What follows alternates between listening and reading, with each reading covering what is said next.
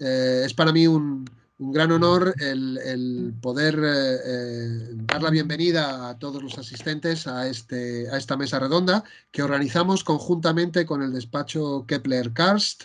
Muchísimas gracias a todos los miembros del despacho, en especial a Ana Pastor, que ha trabajado en la coorganización de esta mesa redonda, y a Eduardo Urbano.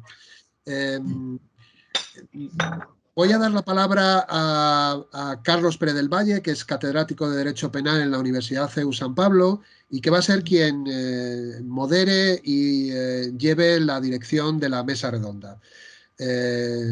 Carlos, tienes la palabra.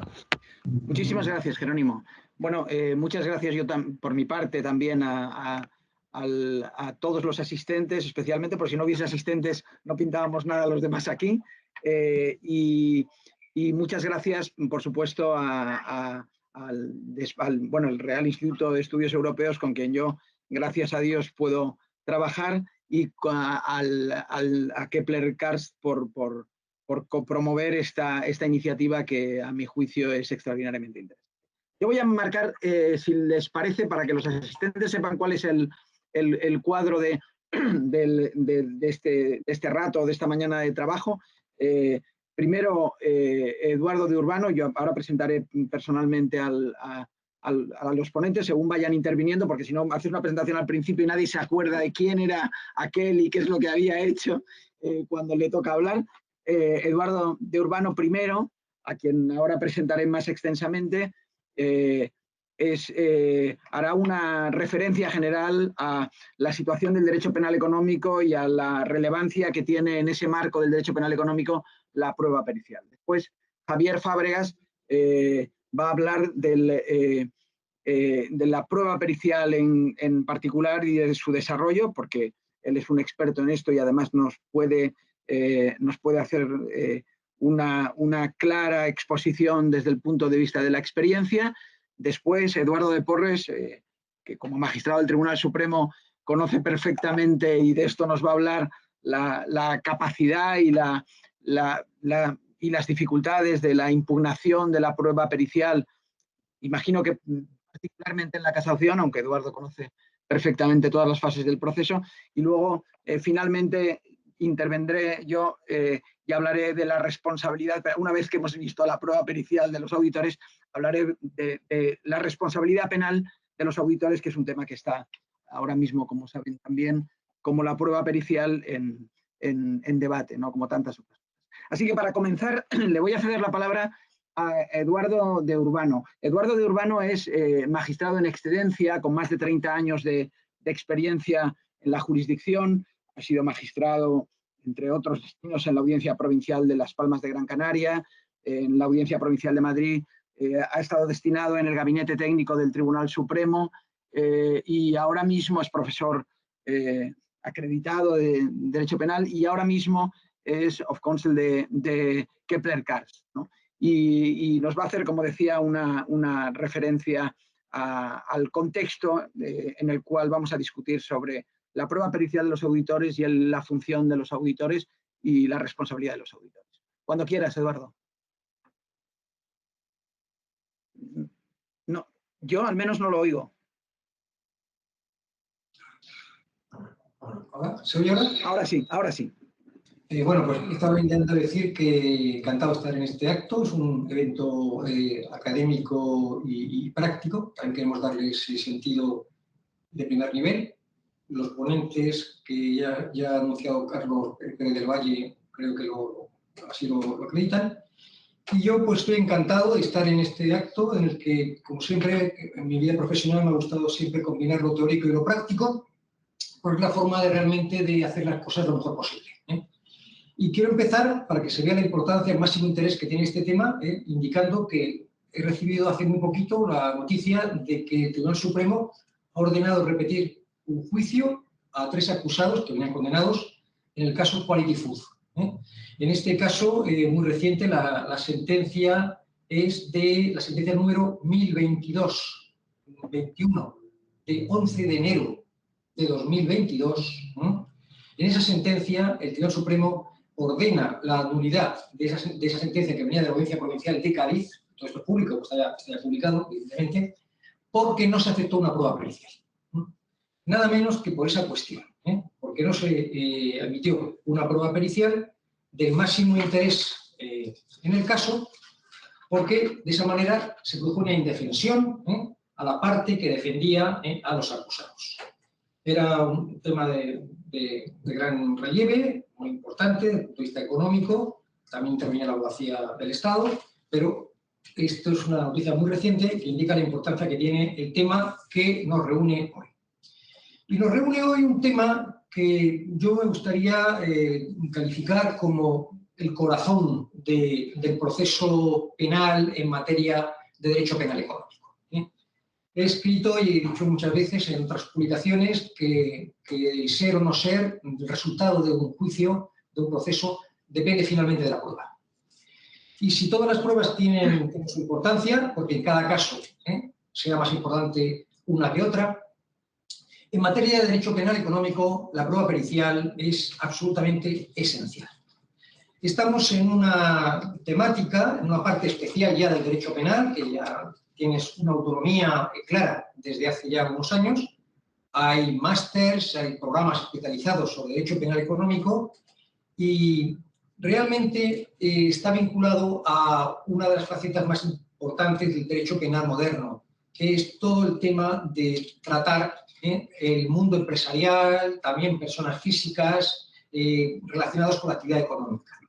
No en vano, Schneemann llamó criminalidad empresarial a esta temática, pero creo que también hay que incluir ahí factores individuales y, por supuesto, vinculado al tema de la corrupción. Es decir, a la aparición de autoridades y funcionarios en determinados temas. Pensemos, por ejemplo, en el derecho al medio ambiente, en el derecho a la contratación administrativa, por supuesto, en actividades relacionadas con obtener subvenciones o beneficios, toda la corrupción incluso de empresas también, que tiene mucho que ver también la corrupción de particulares con marcos reguladores generales. Y tenemos además una materia que tiene como bien jurídico el orden público general. Es decir, no solo el orden público económico general, no solamente el patrimonio, sino también todo el tema de la regulación, el tema del control, de qué hace el Estado y los bienes jurídicos que el Estado defiende. Pensemos en el delito fiscal, pensemos también en el delito de fraude de subvenciones o contra la seguridad social. Y este es un mundo muy complejo. Es el mundo del derecho penal en blanco, es decir, con la necesidad de acudir a la norma penal en blanco que nos obliga a tratar cuestiones de derecho administrativo, de derecho laboral, de derecho mercantil y, por tanto, configura un mundo en el que la especialización es fundamental. Por eso es importante que haya abogados que se dediquen a estas cuestiones, que se reciba una buena formación para poder ponerla en liza y que incluso en despachos como Kepler-Cars, que también somos protagonistas o co-impulsores de esta sesión, ¿verdad? Pues nos dedicamos también a este tema. Es fundamental, por tanto, la especialización y es, por tanto, muy importante tener muy claro que en este campo la gestión de los procesos pues, tienen especialidades. Voy a ser muy breve porque no soy realmente uno de los ponentes del curso, que realmente pues, ya ha dicho Carlos que van a ser Javier Fábregas y Eduardo de Porres, pero quiero recordar que son temas en el que hay muchos acusados y acusaciones oficiales y no oficiales, que son temas de gran duración y complejidad, que hay intereses difusos y colectivos que a veces representan asociaciones, que es muy complicado que haya direcciones únicas para poder gestionar las defensas y que, entre otras cosas, hay que ver responsabilidades civiles, hay que ver cuantificación de daños y tenemos temas como las pruebas complejas, pruebas electrónicas, pruebas internacionales, pruebas de presunción y pruebas periciales. La prueba pericial, por tanto, es una prueba absolutamente protagonista en este campo y ese es un poco el objetivo de esta sesión, que dejemos hablar a los expertos, fundamentalmente al experto en esta prueba, que es Javier Fábregas, y que después, desde el Tribunal Supremo, Eduardo de Porres, pues un magistrado que está en este momento resolviendo el recurso de casación, como ha dicho Carlos, también conoce la apelación muy bien, porque ha sido incluso presidente de la Audiencia Provincial de Madrid durante una serie de años, pues realmente nos sitúen ante este tema, nos hagan ver la importancia que tiene la prueba pericial y que nos ayuden a poder luego llevarla a los tribunales y plantear impugnaciones en su caso. Pues yo hasta aquí quería hablar y un poquito situar el tema ya más en concreto, y ya por tanto cedo la palabra a Javier Fábregas. Carlos. Muy bien, sí. Muchas gracias, Eduardo, por esta charla introductoria. Y ahora hablaría Javier Fábregas. Javier Fábregas es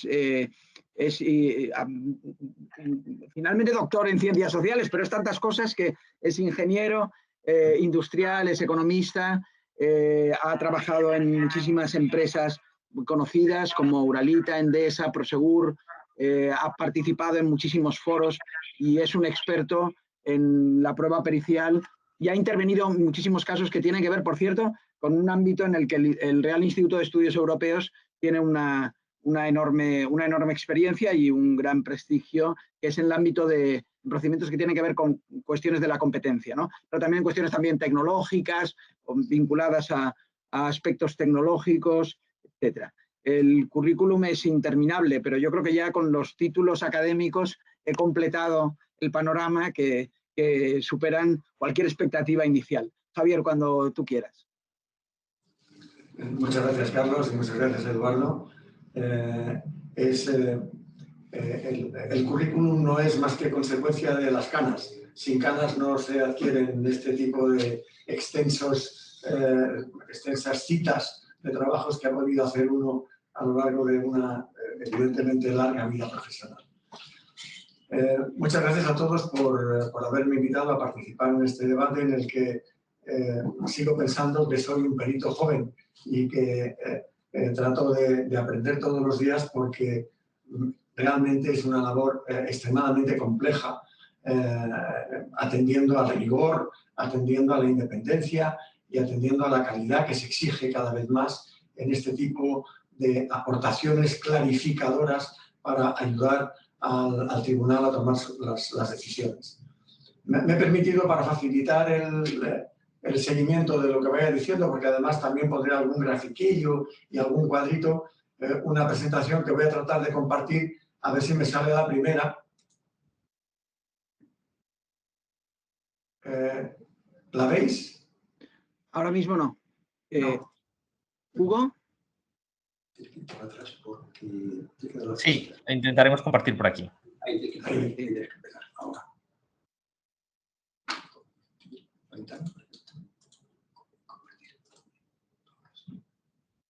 ¿La veis ahora? ¿Hola? Ahora sí, Sí, perfectamente. perfecto. ¿La veis ahora? Vale. Perfecto, Javier, sí, perfecto. Perfecto. Vale, pues como veréis, se trata de compartir o de analizar la pericia dentro de este caso de delitos económicos, como presentaba Eduardo, y me he permitido centrarlo o focalizarlo en materias de derecho de la competencia, donde he estado trabajando en los últimos 2 o 3 años de forma intensa en casos de antitrust, tanto de ámbito nacional como de ámbito internacional.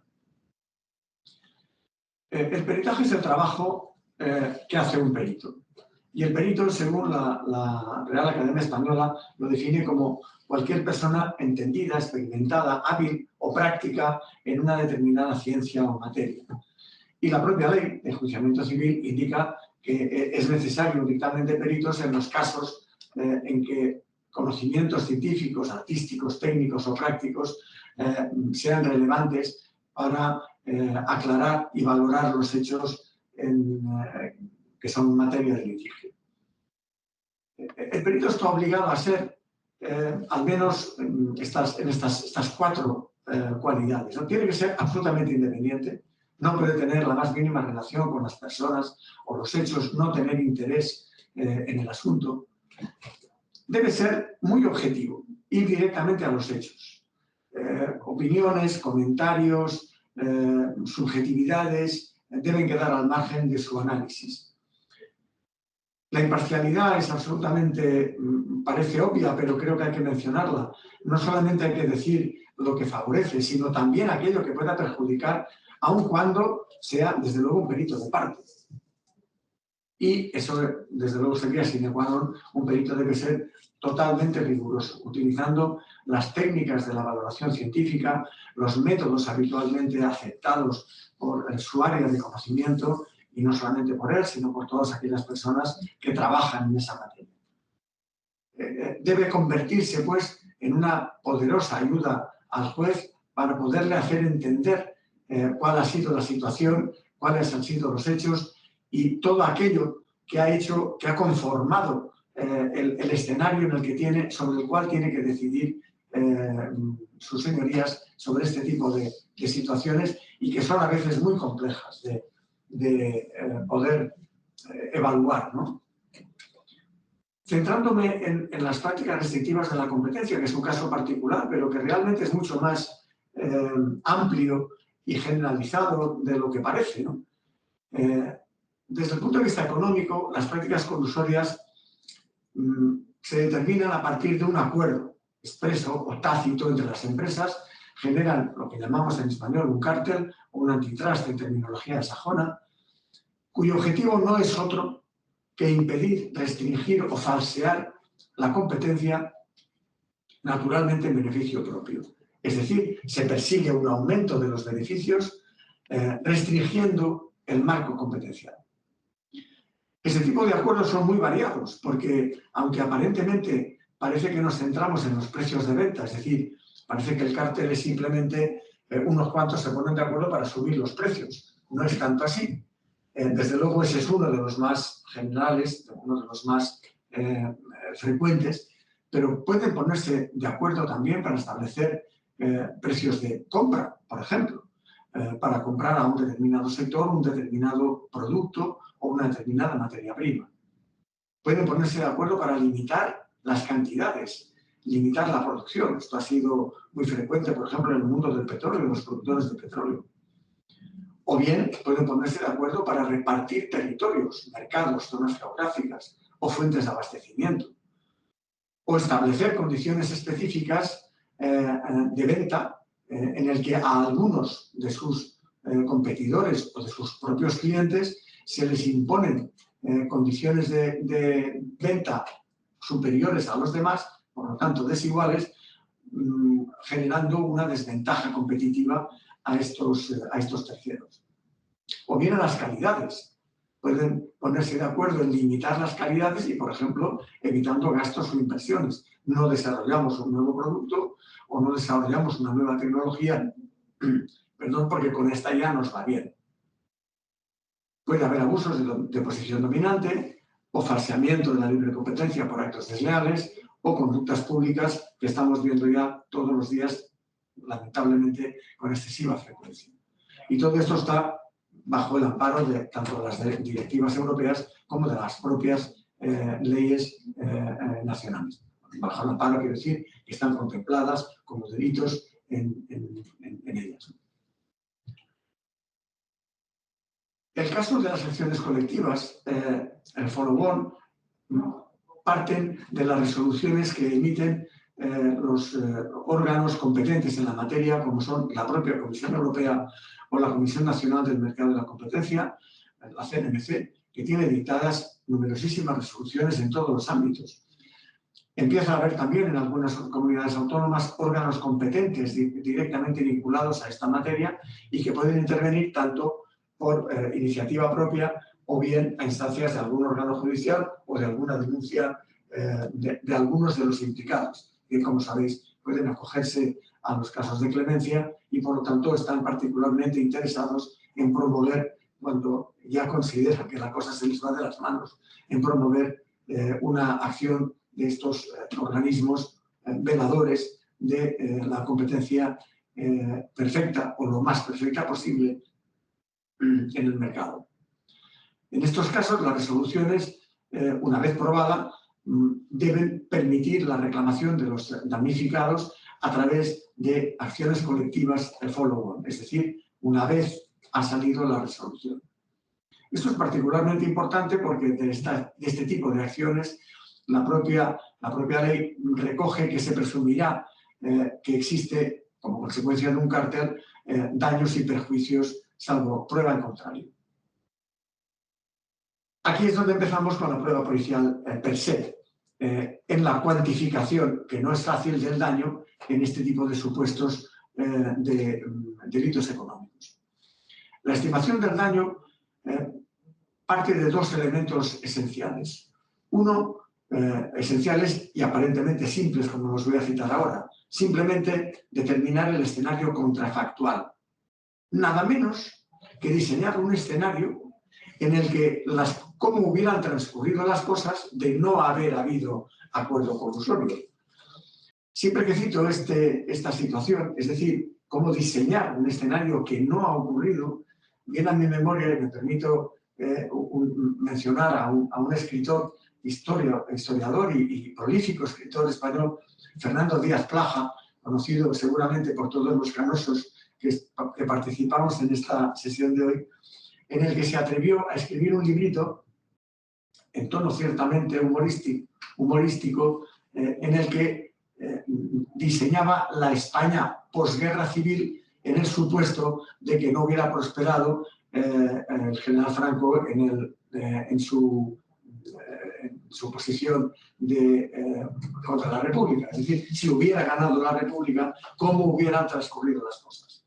Evidentemente, cualquiera de nosotros podría haber escrito este libro porque no obedecía más que a su propia imaginación y a su propio, quizá incluso deseo. No es el caso de la prueba pericial. Debemos diseñar un escenario contrafactual lo más objetivo posible. Debemos huir de subjetividades o de lo que parece que podría haber sido, sino de aquello que, con datos y con casos y con situaciones concretas, debería haberse producido. En ese escenario contrafactual, el perito debe definir cuál es la infracción que ha causado daño y el perfil de los damnificados. Es decir, han sido consumidores finales, han sido competidores, han sido intermediarios. ¿Cuáles son? Pueden haber sido varios, pero debe definir claramente y separar claramente cuáles han sido las infracciones y cuáles los agentes damnificados. Si es capaz de hacer esto de forma razonable y rigurosa, no tendrá más que comparar el escenario que realmente ha existido, el actual, el real, con este contrafactual a través, repito, de datos concretos, de tendencias concretas, y permitirá estimar el sobrecoste, es decir, la diferencia entre lo que ha sido y lo que debería haber sido, y cabe añadir a eso pues, los intereses de las cantidades reclamadas desde el momento en que se produjo el daño. Para diseñar y determinar este escenario existen distintos tipos de metodologías que ahora trataré de forma rápida, pero que pueden encontrarse, y los cito aquí, en el informe Oxera del año 2009, en el que fue un encargo de la propia Comisión Europea a un grupo de expertos para colaborar o diseñar métodos de cuantificar este tipo de daños. La propia Comisión Europea, unos años después, emitió o publicó la guía práctica precisamente para cuantificar el perjuicio en este tipo de demandas y que, por lo tanto, facilita no solamente la labor del perito, sino que lo enmarca claramente en una serie de metodologías que, como ahora citaré muy rápidamente, repito, permiten también una homogeneización en los informes periciales y, por tanto, en su interpretación por parte de la Judicatura. Me permito citar también el estudio SMUDA. SMUDA, el profesor Florent SMUDA publicó un estudio en el 2014, en mi opinión, interesantísimo.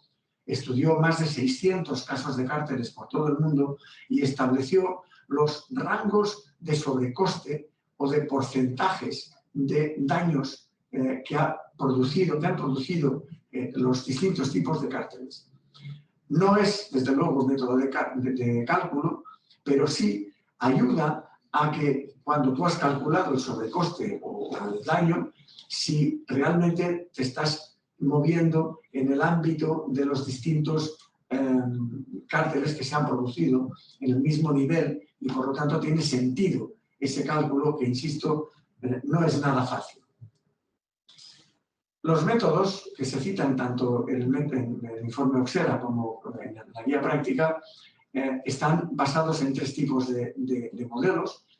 Uno, básicamente el comparativo, en mi opinión, el de más amplia utilización y el de mayor precisión, es el método comparativo por series temporales. Se trata de comparar cuál ha sido la situación antes del acuerdo colusorio, durante el acuerdo colusorio y después del acuerdo colusorio. Es decir, viendo la tendencia que seguían, por ejemplo, los precios de un determinado producto o bien, antes de que se produzca el acuerdo, qué ha ocurrido durante ese periodo y cómo han vuelto digamos, a la normalidad tras el acuerdo. Habrá pues que inferir que el escenario contrafactual es el que se hubiera producido a lo largo del periodo colusorio si las cosas se hubieran producido tal como se venían produciendo y tal como se han vuelto a producir tras el acuerdo colusorio. No es fácil este sistema, pero es, en mi opinión, el de mayor precisión, repito, y también rigor. Pueden también utilizarse otros métodos, simplemente a través del mercado, viendo la evolución de las cuotas de mercado de las empresas cartelizadas, por ámbitos geográficos, por el tipo o número de empresas. También puede utilizarse el método de la diferencia en diferencias, que es un método que combina las dos anteriores, es decir, viendo cómo ha evolucionado en la serie temporal antes, durante y después en un mercado cartelizado y lo comparamos con otro mercado no cartelizado en la misma serie temporal. Por lo tanto, podremos ver la doble diferencia tanto en el producto como en el mercado. Pueden utilizarse también métodos de instrumentos financieros, utilizando los datos de las propias empresas. Este método tiene la ventaja de que utilizamos unos datos que son en general conocidos, que son públicos, pero que son restrictivos en cuanto al número de empresas. Es decir, si el cártel afecta a un número muy importante y afecta a muchos mercados, este método es mucho más difícil de utilizar para la cuantificación. Un método también más generalista es el de la estructura de mercados. Está basado en la teoría de la organización industrial y recurre a posicionar el mercado tal como se ha configurado y compararlo con otros mercados ya establecidos a través de los métodos de Cournot, del oligopolio de Cournot o de Bertrand. El de Cournot también distingue si son productos homogéneos o están diferenciados, y utilizar también comparaciones entre lo que sería un mercado en competencia perfecta con los oligopolios o con los monopolios, ¿no? O simplemente situando ese mercado en relación a estos y, por lo tanto, viendo los sobrecostes que se pueden producir entre uno y el otro. Como he dicho, el modelo comparativo de la construcción del mercado contrafactual se sitúa, pueden utilizarse estos dos métodos, el diacrónico y el sincrónico. Fijaros que en el diacrónico estamos comparando qué es lo que ocurre, estamos viendo la evolución de lo que ocurre en el mercado que ha sido colusionado antes, durante y después.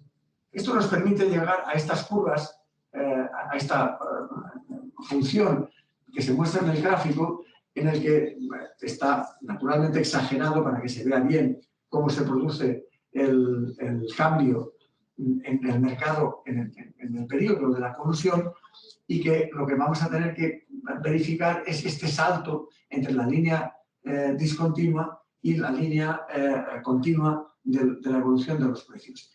Ese es el salto que nos mostrará el sobrecoste. Podemos utilizar también modelos sincrónicos, es decir, qué cosas están ocurriendo en un mercado no cartelizado o en un producto no cartelizado en el mismo periodo. Este uso o este método en el que estamos comparando mercados distintos o periodos distintos o productos distintos es difícil de establecer porque los productos requieren semejanzas y analogías, lo mismo que el mercado. Es decir, si comparamos el mercado español, no lo podemos comparar con el mercado ruso, o el mercado chino, o el mercado de Perú. Hay que buscar que el tipo de mercado para ese tipo de producto recoja semejanzas y analogías absolutamente claras para que resulte objetivo el trabajo del perito. Las técnicas de cálculo son bastante complejas, sobre todo la regresión lineal que utiliza, es una técnica estadística para investigar las relaciones entre distintas variables económicas. Yo en general huyo de las técnicas sencillas. Comparar medias en distintos mercados o interpolar de forma sencilla o simple precios suelen ser débiles y de poco rigor. La curva de regresión en la que estamos de acuerdo prácticamente todos los peritos cuando estamos trabajando en este tipo de cálculos para modelos antitrust, pero discrepamos normalmente en los datos utilizados y en las suposiciones hechas. Es decir, el modelo tiene que aportar suficiencia y solidez para darle seguridad al magistrado del rigor con el que se ha actuado y el rigor que tienen las conclusiones del informe pericial. Los datos utilizados son normalmente difíciles a veces de conseguir. En estos casos antitrust, en especial, existe una enorme asimetría en la información o documentación a la que puede acceder el damnificado y el que dispone el infractor. Pienso, por ejemplo, en casos recientes que están siendo ahora casos de trabajo práctico, como son el cártel de los camiones, el cártel de los fabricantes de vehículos de turismo, de las petroleras, el de la leche. Es decir, un señor con un camión en Antequera pues tiene dificultades de poder reunir la documentación necesaria para hacer frente a los grandes monstruos fabricantes europeos, o en este caso europeos. Es importante conocer claramente el origen de los datos. Los datos preferentemente deben ser públicos, no manejados o proporcionados exclusivamente por las partes, desagregados, contrastables y verificables. El perito tiene la obligación también de validar y de darle al juez la seguridad de que el documento es correcto, es real, no está manipulado, no ha sido manipulado y no está falsificado. Tiene la obligación de depurar los datos. Hay casos extremos que no son aplicables y que pueden desviar o distorsionar el resultado y sus conclusiones. La clave técnica está en la elección de las variables en el caso de la regresión. Aquí hay muchísimas variantes y que, pretendiendo ser riguroso, pues puede ser materia de objeto de discusión entre los peritos. En todo caso, la significación estadística debe estar siempre por encima del 95% de fiabilidad y eso puede conseguirse tanto con unas variables como con otras. En definitiva, en mi opinión, el modelo comparativo debe ser suficiente, debe aportar suficiencia, debe aportar solidez y debe ser extremadamente riguroso siguiendo estos modelos de cálculo científico para darle absoluta seguridad al magistrado de que se ha hecho con todas las herramientas y armas a su alcance. En este tiempo es cuanto puedo resumir, pero si he conseguido aportar luz a la materia, pues será más que bienvenido. Gracias a todos por vuestra atención. Muchísimas gracias, Javier. Muy interesante, interesantísima tu exposición y va a ser ahora protagonizada también por Eduardo de Porres, Justicia Urbina. Eduardo de Porres, como todos ustedes saben, es magistrado de la Sala Segunda del Tribunal Supremo. Ha pasado además, es un magistrado con larga experiencia. Claro, para ser magistrado del Tribunal Supremo hay que tener larga experiencia, ¿no?, en el mundo judicial. Pero además, algo que nos es muy de utilidad en este momento es que Eduardo reúne, entre otras muchísimas características positivas, al haber pasado por toda la jurisdicción de una forma concienzuda. No hay ninguna parte de la jurisdicción por la que haya pinchado. Y además, por ejemplo, ha vivido el mundo de la instrucción de forma muy intensa y en cuestiones, en procedimientos cruciales, ¿no? Ha estado también destinado en la Audiencia Provincial de Madrid, que por lo que es Madrid, ¿no? En importancia de casos le avala también en ese sentido, y además lleva ya bastantes años, yo ahora no recuerdo cuántos, pero no menos de 4 o 5, ¿no? Como magistrado de la Sala Segunda del Tribunal Supremo. Lo cual, además, para hablar de la impugnación de la prueba pericial, me parece que es extraordinariamente relevante, porque el punto de la casación, del recurso de casación, es en ese sentido el punto seguramente en el que se encuentran todos los caminos en relación con la valoración de la prueba, me parece. Precisamente porque el Tribunal Supremo no valora la prueba, ¿no? Es el punto crucial. Pues cuando quieras, Eduardo, muchísimas gracias. Buenos días a todos. En primer lugar, agradecer a Eduardo la invitación que me ha hecho y, por supuesto, al CEUM, que es mi casa, porque yo soy profesor del máster de la formación de abogados y, por lo tanto, pues me siento muy cómodo y muy agradecido que hayáis contado conmigo. Yo voy a hablar de los aspectos generales de la prueba pericial económica para introducir a lo mejor algunos elementos de debate, porque en esta cuestión, pues bueno, como ustedes saben, pues hay algunas cuestiones o algunos problemas recurrentes que se discuten permanentemente en el Tribunal Supremo y que pueden ser de utilidad. Bueno, como todos sabéis, o como todos ustedes saben, la prueba pericial es uno de los medios de prueba clásicos tanto de la jurisdicción civil como de la jurisdicción penal, junto con las pruebas testificales y con las declaraciones de las partes, ¿no? Y entonces la prueba pericial cada día, como consecuencia de la tecnificación de la sociedad y también de la tecnificación del propio derecho, pues cada vez tiene más importancia. Y al hilo de esto, pues en el Tribunal Supremo se está produciendo un debate que yo creo que es interesante, que tiene mucho que ver con la vinculación con el entendimiento de la presunción de inocencia. Es el siguiente. En el derecho penal tradicional, la prueba estaba muy vinculada con la inmediación, con la flagrancia, y por lo tanto las pruebas pues no había a veces condenas nada más que a través de la tortura o a través de la declaración de testigos, ¿no? Y entonces, y de hecho hay países, yo he visitado algunos países de Centroamérica donde realmente la investigación criminal es muy limitada porque no hay prueba científica y porque no hay peritos. Y en cambio, en el mundo moderno, bueno, en las sociedades actuales avanzadas, la evolución científica, tanto en el ámbito de derecho penal, pues tiene mucha importancia y se plantea el siguiente problema, y es, ante un hecho que se puede probar por una prueba científica, si no se realiza esa prueba científica y se ha podido realizar, son válidas el resto de pruebas, por ejemplo, pruebas personales. Imaginemos, por ejemplo, una violación donde se puede hacer la prueba pericial de ADN y no se ha hecho, y sin embargo hay testigos o algunas pruebas que acreditan o que permiten en condiciones normales acreditar ese hecho, ¿no? Y entonces, efectivamente, no existe el sistema de prueba tasada, pero cada vez es una exigencia mayor de que se practiquen las pruebas, sobre todo las pruebas científicas, que acreditan o que posibilitan acreditar el hecho con mayor seguridad incluso que las pruebas personales.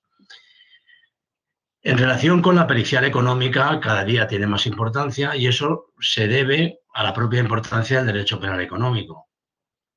Como sabemos, en el derecho penal pues hay una distinción, incluso académica, entre el derecho penal nuclear y el derecho penal económico, en el sentido que el derecho penal económico pues obedece o tiene unas estructuras y unas directrices y unos problemas dogmáticos diferentes del derecho penal clásico, que hasta cierto punto lo tensionan.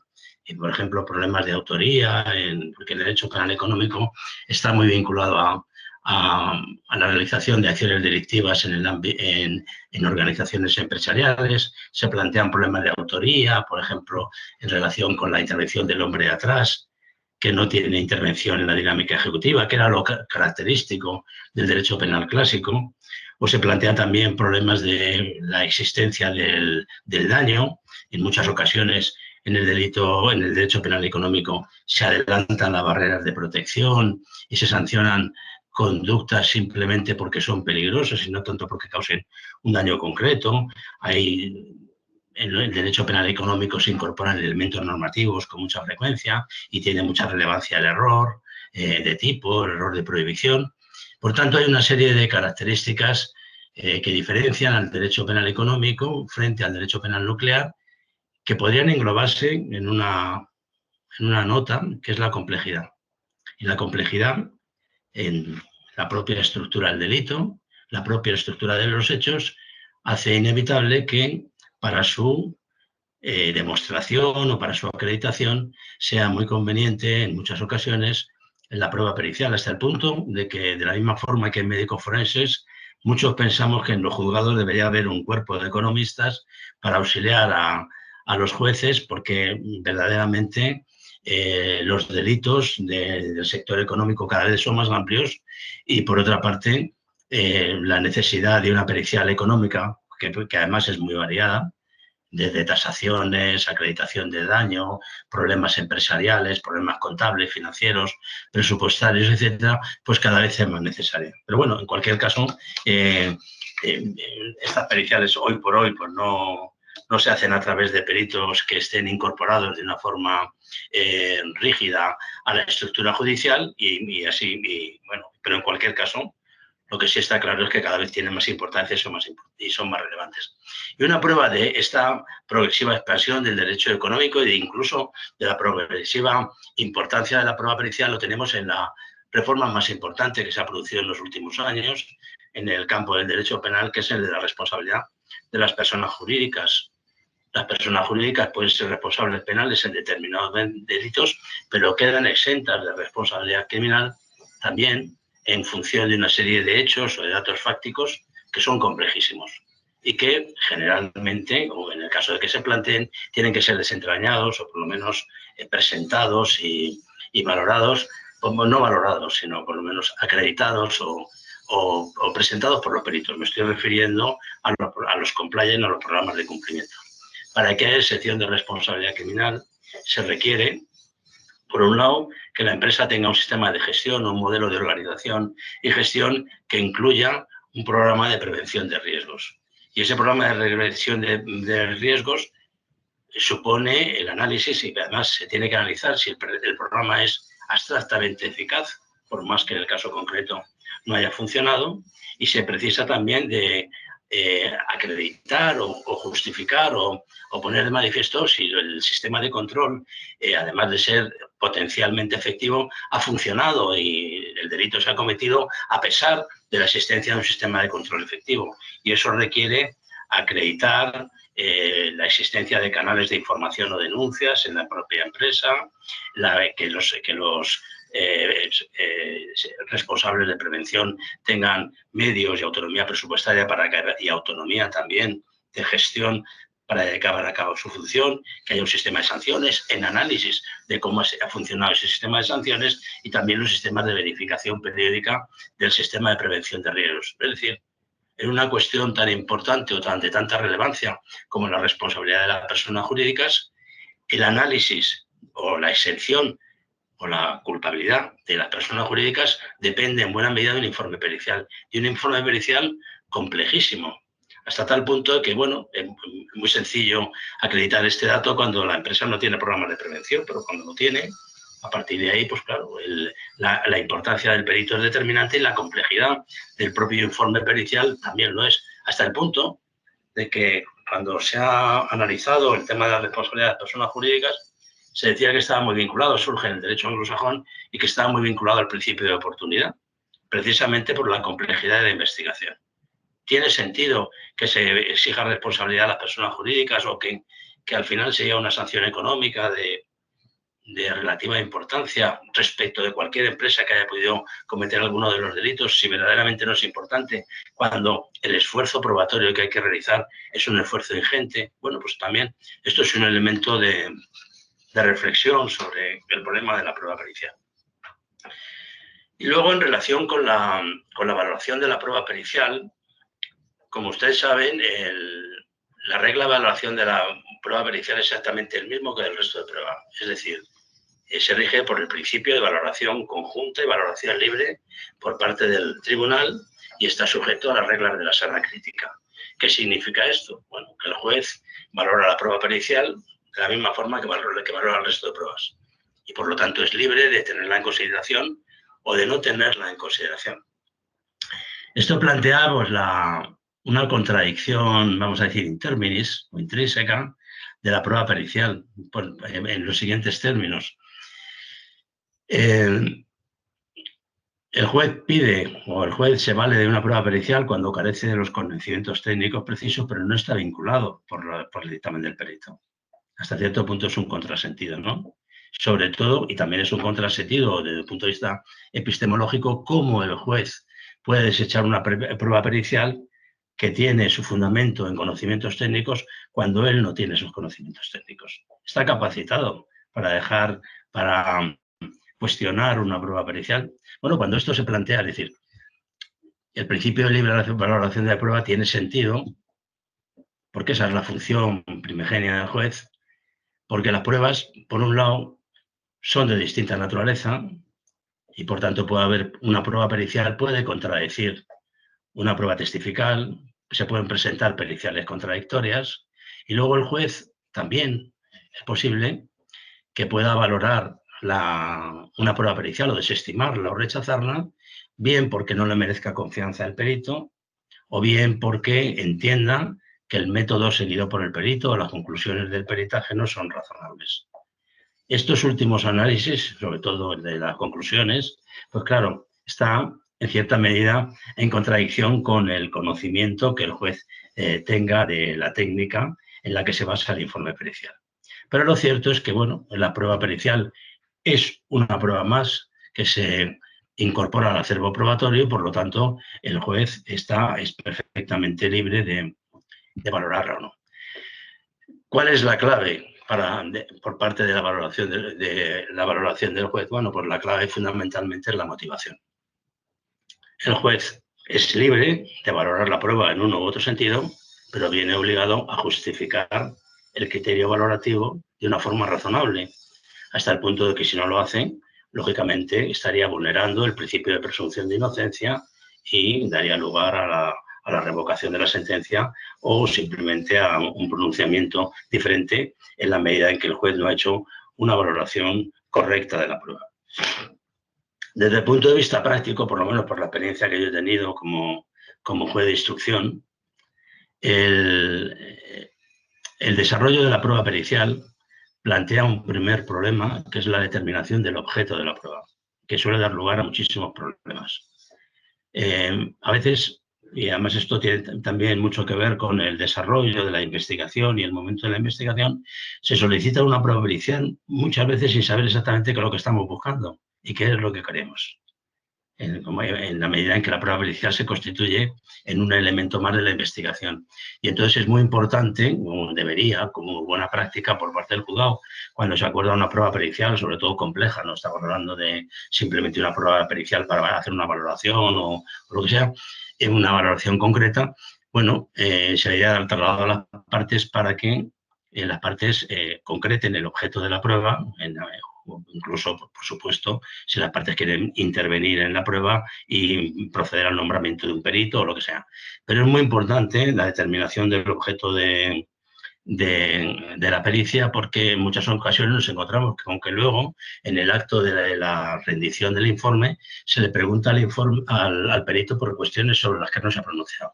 Y se tiene que pronunciar en el momento, lo cual, a su vez, pues origina problemas para el perito, incluso problemas para el conocimiento de la causa, porque a veces el perito se tiene que pronunciar sobre aspectos que no ha estudiado en profundidad. Por tanto, la primera cuestión es tener en cuenta el objeto del peritaje para que haya una perfecta concordancia, primero para que el perito sepa cuál es el objeto de su moción y para que haya una concordancia entre el objeto del informe y lo que será solicitado. Luego hay un segundo problema, que se suele plantear con mucha frecuencia también en el ámbito de la pericial económica, que es las condiciones subjetivas del perito. Las condiciones de formación y la imparcialidad u objetividad del peritaje. En relación con las condiciones objetivas, lógicamente, y esto estaba vinculado con la primera reflexión que hice sobre la calidad de la prueba, sobre la suficiencia de la prueba, en los tiempos actuales, lógicamente, las pruebas periciales tienen que ser realizadas por personas competentes y cada vez más competentes y con mejor formación. La selección de los peritos es un elemento que es fundamental. Yo cuando entré en la carrera judicial, como ya soy muy mayor, a veces los informes periciales caligráficos los hacían los maestros, porque habían hecho un curso de dactiloscopia o de documentoscopia o lo que fuera, y bueno, y hacían los informes. Oye, esto sería impensable, ¿no? Pues lo mismo. Es decir, los peritos cada vez tienen que contar con mayor formación. Y luego el problema que se plantea fundamentalmente y en orden a la valoración de la prueba, uno de los elementos de valoración que se tiene y que es muy importante es la imparcialidad y objetividad del perito. Y en este punto, por un lado, se plantean dos cuestiones. ¿En qué medida los peritos oficiales o los peritos de la administración pública que pertenecen al mismo organismo que ha formulado la denuncia o que reclama en el proceso penal pueden hacer peritaje? Me estoy refiriendo, por ejemplo, a los peritos de la agencia tributaria. ¿Es razonable? ¿Son objetivos? ¿Son imparciales estos peritos? ¿Sería conveniente que fuera otro tipo de peritos los que realicen los informes? ¿O tienen un sesgo en su forma de informar y en su forma de entender las cosas que siempre favorece a la administración? Bueno, el Tribunal Supremo se ha pronunciado sobre esta cuestión de una forma reiterada, en el sentido de que los peritos de las agencias oficiales, incluidos los peritos de la policía, están vinculados por un deber de objetividad y de imparcialidad y, por lo tanto, el simple hecho o el simple dato de que formen parte de la administración, incluso de la propia administración, que en concreto pueda estar interesada en el objeto de enjuiciamiento, no es motivo para dudar, en principio, de la objetividad. Y no es razón, por supuesto, ni para recusarles ni nada semejante.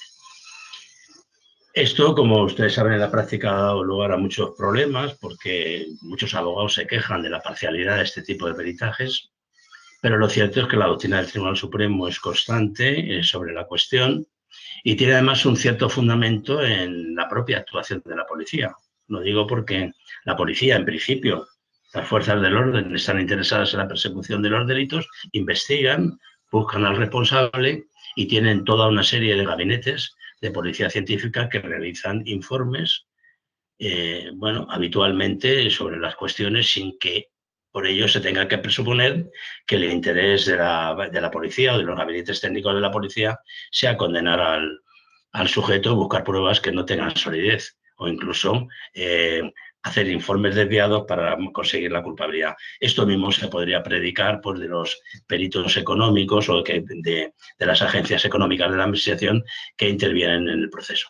No obstante, lo que viene a decir el tribunal en relación con esta cuestión es, por un lado, que hay la garantía de la contradicción del propio juicio, es decir, que al perito de la administración, al igual que ocurre con cualquier otro perito, se le somete a la contradicción del plenario y como consecuencia de ello, pues el juez puede estimar o no estimar el peritaje, ¿no?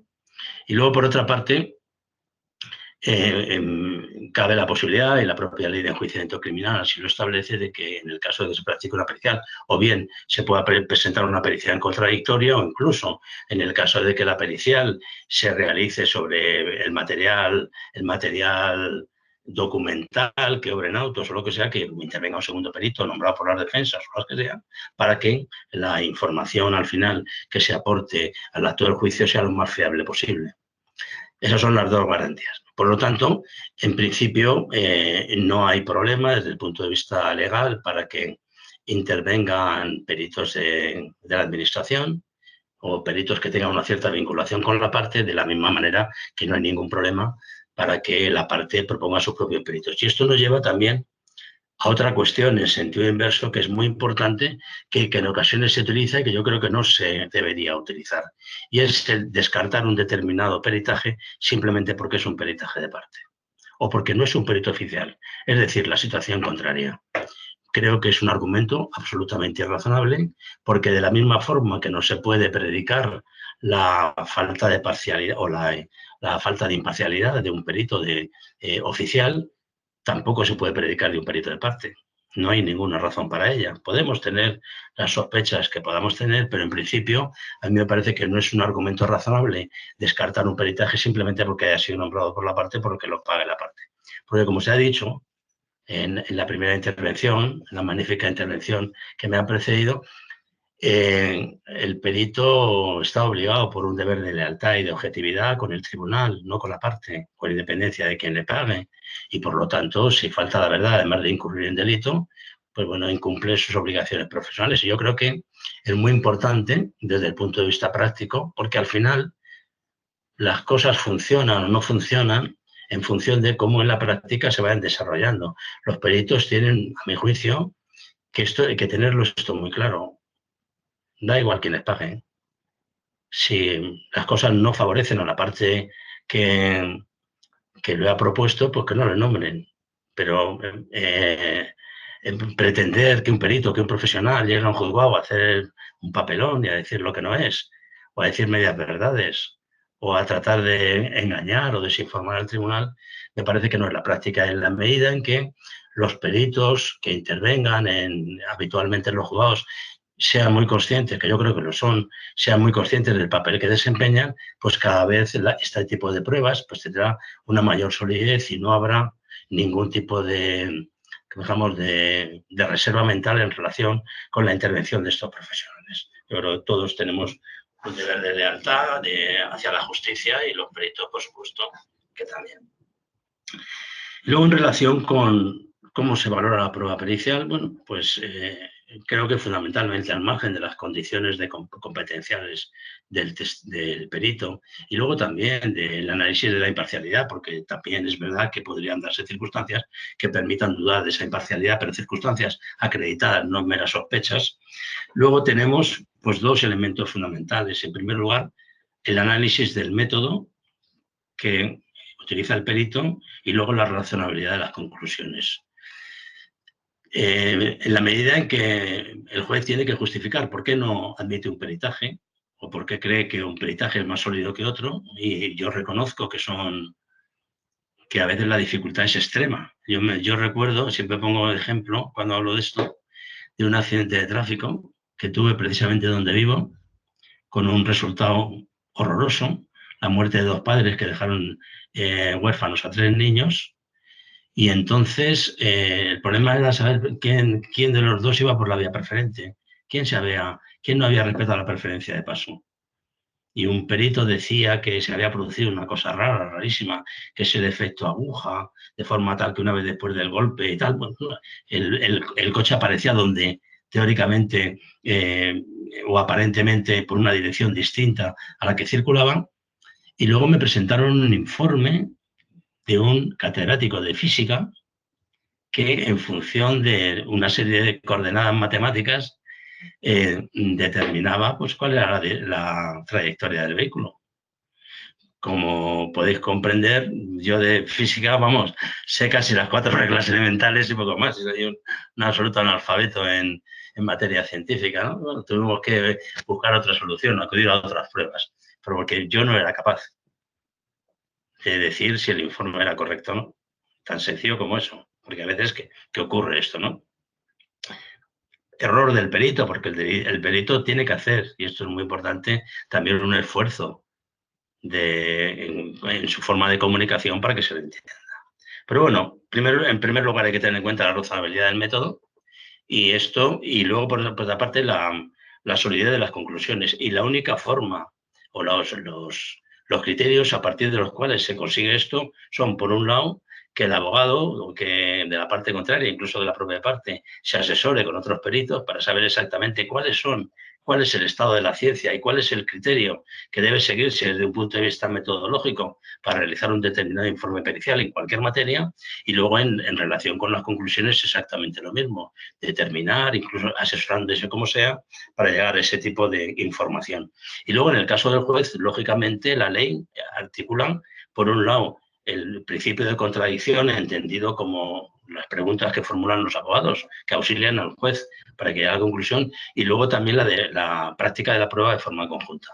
Y eso hace que, bueno, en el caso de que los peritos declaren sobre el mismo hecho, bueno, pues se puedan incluso los propios peritos interrogándose en el acto del juicio llegar a alguna conclusión. Y luego, por último, en relación con el recurso de casación, bueno, la prueba pericial se utiliza, o como el análisis de la prueba pericial, se utiliza fundamentalmente para cuestionar la valoración de la prueba y para afirmar la existencia de un error de valoración. A salvo ya de lo que hemos comentado, de que la prueba pues, es un elemento de prueba más dentro del elenco probatorio que debe acreditar, lógicamente, o que permite acreditar o no acreditar los hechos, dentro del principio de libre valoración de la prueba y de valoración conjunta.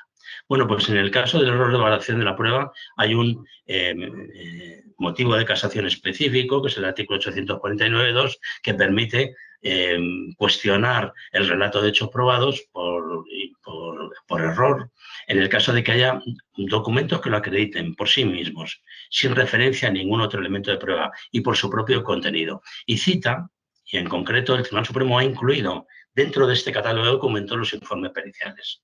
Los informes periciales, hay que recordar, no son documentos, sino que es una prueba personal documentada. Y luego los informes periciales, lo importante del informe pericial no es tanto el informe como la ratificación del acto del juicio, que es la verdadera prueba. En el sentido de que, bueno, las conclusiones que se hagan o las afirmaciones que se hagan en el acto del juicio condicionan el contenido del informe, lo interpretan y permiten aplicarlo. Y luego, en relación con esto, con la valoración de los informes periciales, el Tribunal Supremo hace una excepción en el sentido de decir, bueno, la prueba pericial es una prueba personal, pero a efectos casacionales y en relación con esta cuestión se permite la invocación de informes periciales, siempre que haya uno o varios informes absolutamente coincidentes y la sentencia incorpore sus conclusiones de una forma incompleta, fragmentaria o mutilada. Y entonces llega a una conclusión divergente de la que se debería establecer a partir del informe coincidente. Si esto ocurre, es decir, si el tribunal toma en consideración un informe, pero lo toma en consideración erróneamente, se puede acreditar, siempre que no haya otras pruebas sobre ese mismo hecho, que haya un error de valoración probatoria. Y luego también cuando el tribunal cuente con unos informes coincidentes o un solo informe o varios coincidentes sobre el mismo hecho y se aparte de las conclusiones del informe, sin justificarlo, siempre que no haya otras pruebas. Si esto es así, si solo hay un informe o varios coincidentes, el juez aparta sin tomarlos en consideración, también se podrá acreditar una error de valoración probatoria siempre que el juez se aparte sin razonarlo.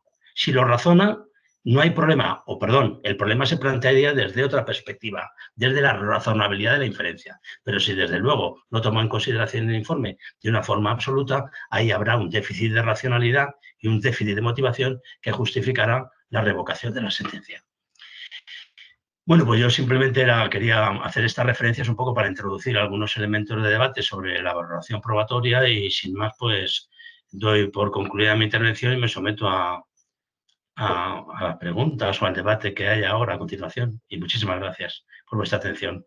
Muchas gracias, Eduardo. Bueno, entonces yo ahora brevemente voy a hacer algunas referencias que tienen que ver con la responsabilidad de los auditores y lo voy a intentar vincular con el tema de la prueba pericial, ¿no? En realidad, el problema de la responsabilidad penal de los auditores se enfoca tradicionalmente, y es lógico que sea así, al delito societario del artículo 290 del Código Penal, es decir, a la falsedad de cuentas, ¿no? El delito, por un lado, hay una cuestión que yo creo que la jurisprudencia queda clara respecto del delito, por lo menos en el tratamiento, no sé tanto si conceptualmente que se trata de un delito de infracción de deber. Lo cierto es que cuando se ha condenado en alguna ocasión a auditores, se les condena como cooperadores necesarios y no estrictamente como coautores, lo cual quiere decir que se está reconociendo que solo puede ser autor del delito el administrador y no el auditor. Y yo creo que eso es relevante y afecta también, en el caso de la condena, a la aplicación de la atenuación del artículo 65.3 del Código Penal para cuando uno no tiene la posición especial, ¿no? Y aquí sí hay divergencia en algunas sentencias en las cuales a veces se dice el auditor, es tan importante la labor del auditor que no hay que atenuar. Yo esto lo pondría en discusión. Me parece que tratándose de un delito de este tipo y tratándose en todo caso la cooperación del auditor de una omisión, es decir, no hace caer en la cuenta de la falsedad de las cuentas, me da la impresión de que es difícil entenderlo como operativo y creo que sería una atenuación necesaria. Pero entro en el tema de la prueba pericial porque esto así fue por decirlo así, la piedra de toque o una de las piedras de toque del caso Fórum Filatélico sobre el cual se pronunció el Tribunal Supremo.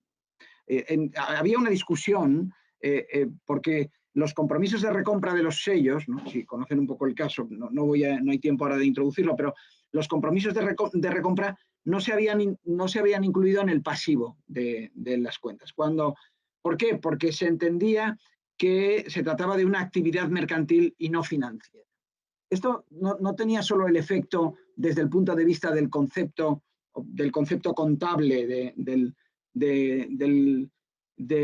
o del efecto que esto tendría, es decir, nosotros no hemos dicho nada, somos auditores, no hemos dicho nada porque entendemos que es mercantil, tenía otro efecto porque al entenderse que no era una operación financiera, por cierto, el Tribunal Supremo, la Sala de lo Civil en el año 2015 ha dicho que era mercantil, pero al entenderse que no era financiera, esto escapaba del control de la Comisión Nacional del Mercado de Valores y del Banco de España.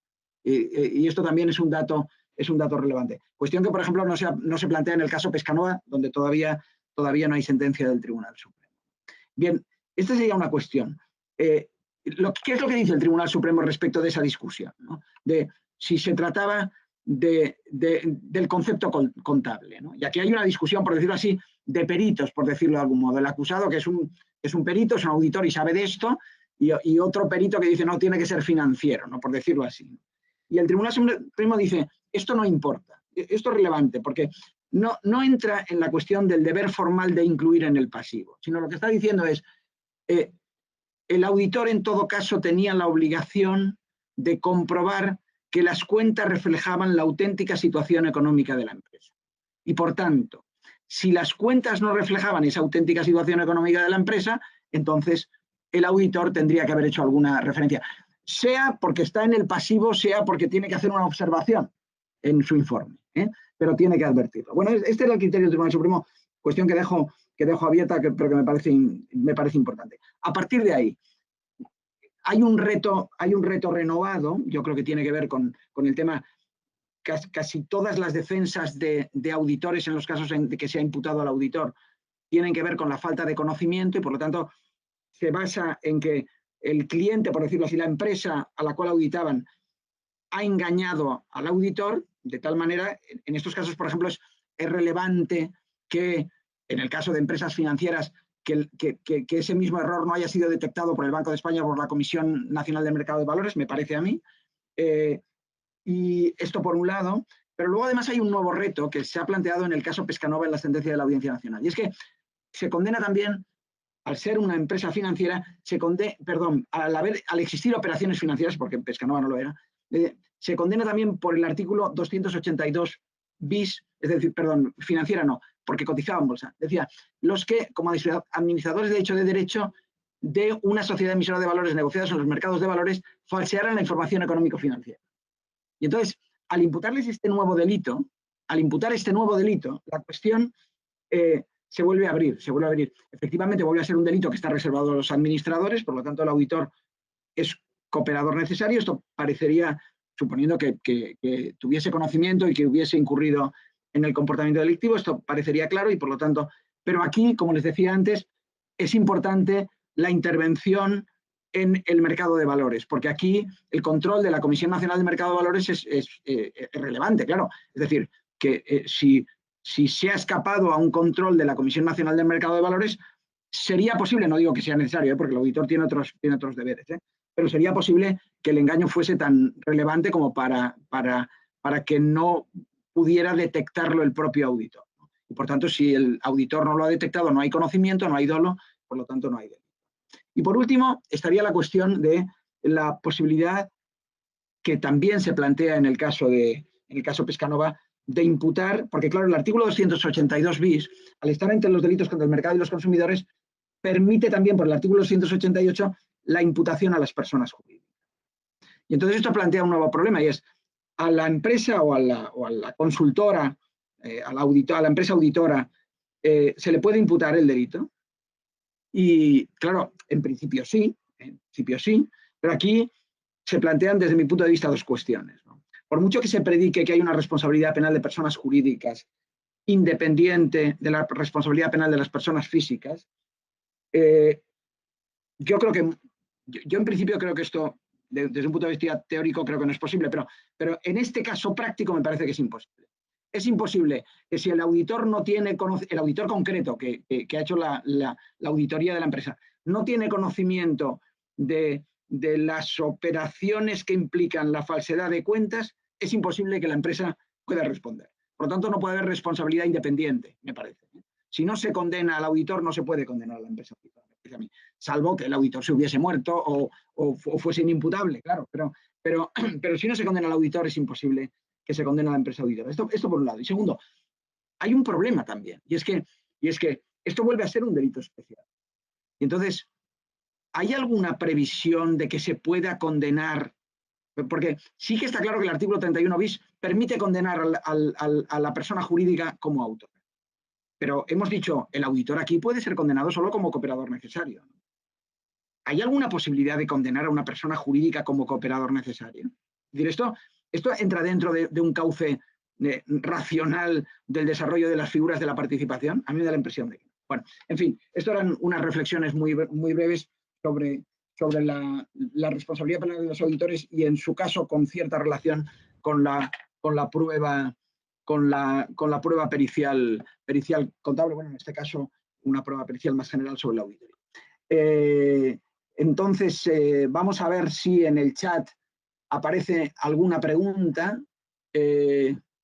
No, de momento no. No sé si alguien tiene que... Aquí sí, hay una pregunta de Álvaro García, que pregunta varias cosas. Pregunta, primero,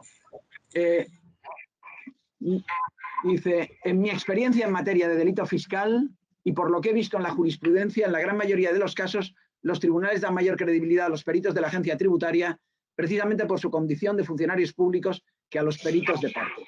Yo, si quiere contestar Eduardo, yo tengo también opinión, pero vamos, contesta tú si quieres primero, Eduardo. Si quieres, vamos, como tú lo consideres. Sí, bueno.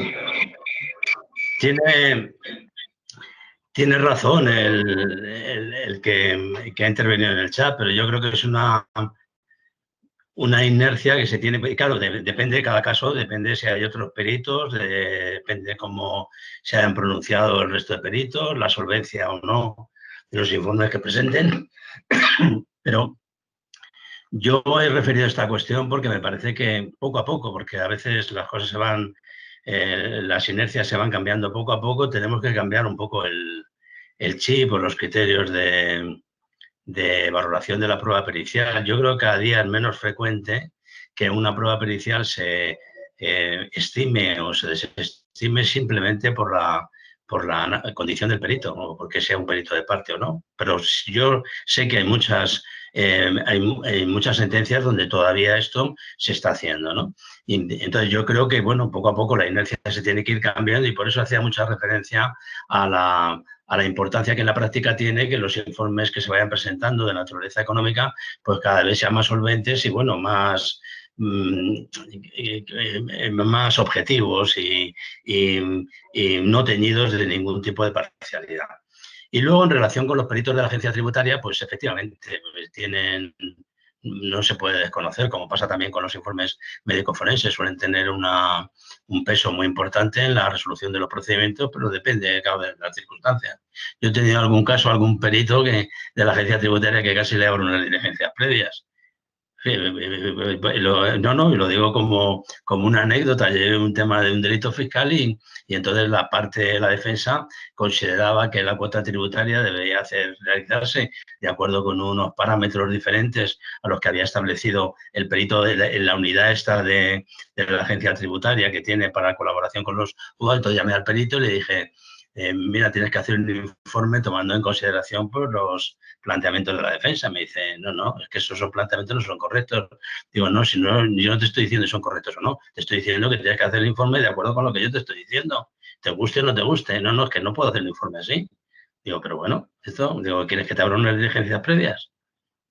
Y quiero decir, ellos tienen el sesgo como que están, y es verdad, y tienen el sesgo como que ellos están enjuiciando y tienen la autoridad para establecer un determinado criterio con independencia de la orden judicial o incluso del necesario deber de neutralidad. Entonces, efectivamente, se produce esto en la práctica, pero bueno, son cosas que poco a poco van cambiando, o creo que deberían cambiar. Si me permite... Carlos, ¿puedo intervenir un momento sobre esto? Sí, claro. Abundando en lo que ha dicho Eduardo de Porres, yo creo que las cosas están cambiando. Esto de la procedencia del informe, de que sea, es una cosa, yo creo, antigua. Ahora están cambiando porque efectivamente ahora se valora la calidad del informe. Y además está ocurriendo en temas de, precisamente, delito fiscal, que frente a los peritos oficiales de funcionarios de la agencia tributaria, tenemos en el otro lado a exinspectores fiscales, que tienen tantos años, tantos conocimientos o más que el perito de la agencia tributaria. Entonces al tribunal le corresponde valorar los contenidos de esa pericia contra pericia y resolver luego, efectivamente, como ha dicho bien Eduardo, con la motivación, que es ahora realmente la última frontera de esta materia. Sí, yo, si me permites, también quisiera opinar. A ver, hay algunas sentencias del Tribunal Supremo, ya de hace años, que dicen que la agencia tributaria no debe desarrollar la labor pericial, por lo menos en determinados ámbitos. Y yo creo que apuntaban hacia la siguiente idea. La idea es, los conceptos contables son conceptos jurídicos. Por tanto, iura novit curia. Sobre cuestiones jurídicas, quien opina debe ser el juez, y quien sabe es el juez. Y por tanto, yo creo que la posibilidad de que se realice una prueba pericial desde el por la agencia tributaria debe de ser exclusivamente en un tema exclusivamente contable, por decirlo así, de cuentas, nada más. Me parece que esto es como el caso, yo lo comparo a veces con el caso de la prueba sobre el accidente que ha hecho la policía local. La policía local hace unas pruebas sobre el accidente y sobre la velocidad, etc. Y efectivamente yo puedo admitir, como ha dicho muy bien Urbano y como Eduardo Urbano y como dice Eduardo de Porres, hay una contraprueba. Sí, pero la cuestión es, el perito de la policía local está informando sobre un tema muy específico, que es la huella de frenada.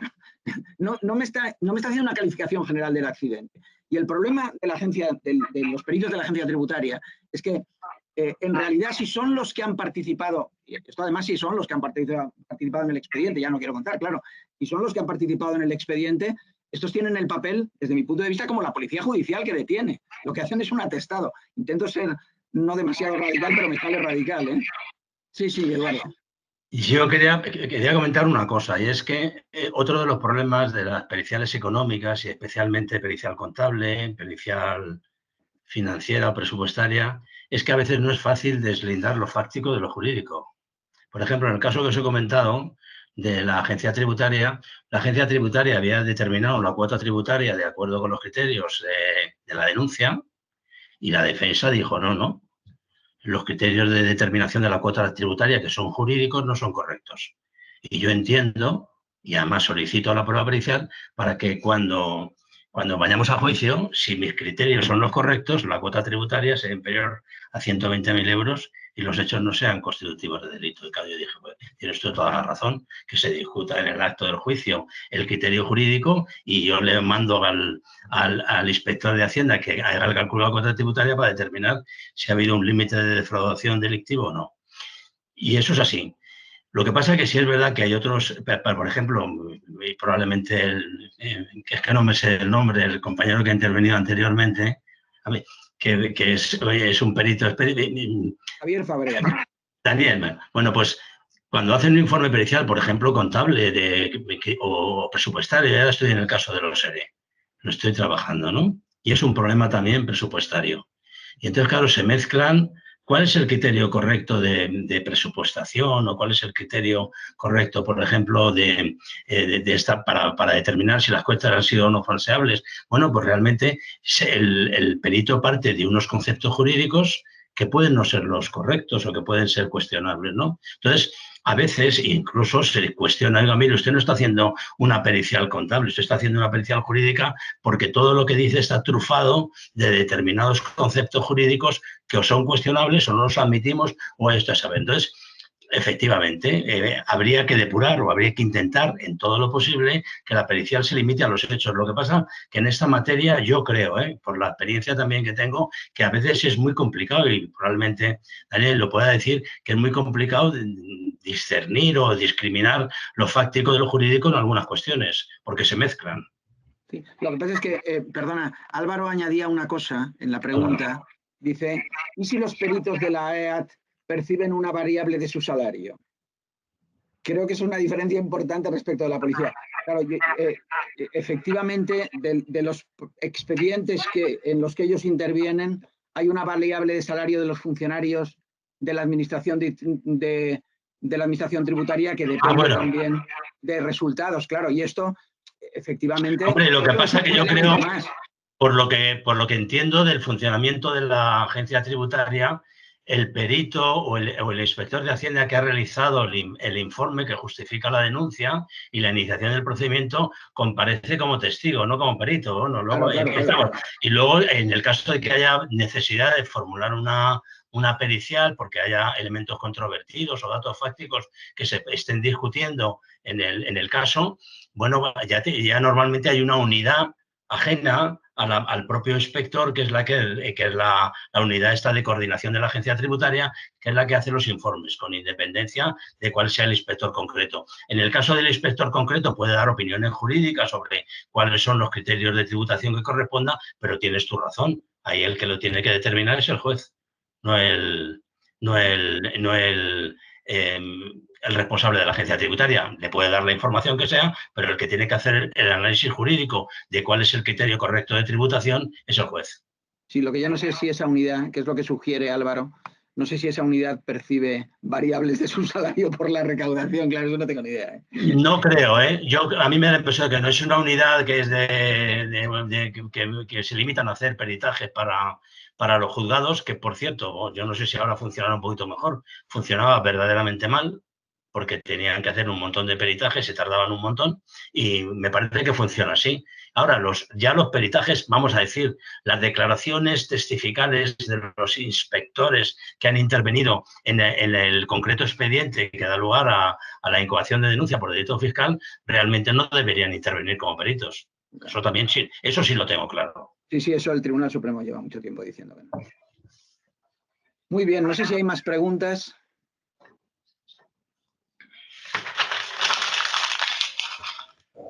No tenemos ninguna más.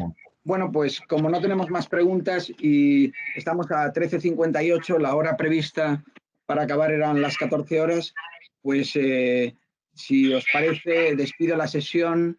Agradezco muy especialmente a Eduardo de Porres, a Javier Fábregas y a Eduardo de Urbano sus intervenciones, a Kepler Karst su intervención, al Real Instituto Universitario de Estudios Europeos también el apoyo junto con Kepler Karst y despido el acto, me despido de todos los asistentes. Ha sido un placer estar con todos vosotros y bueno, esperamos estar de nuevo por aquí charlando de alguna otra cosa de interés.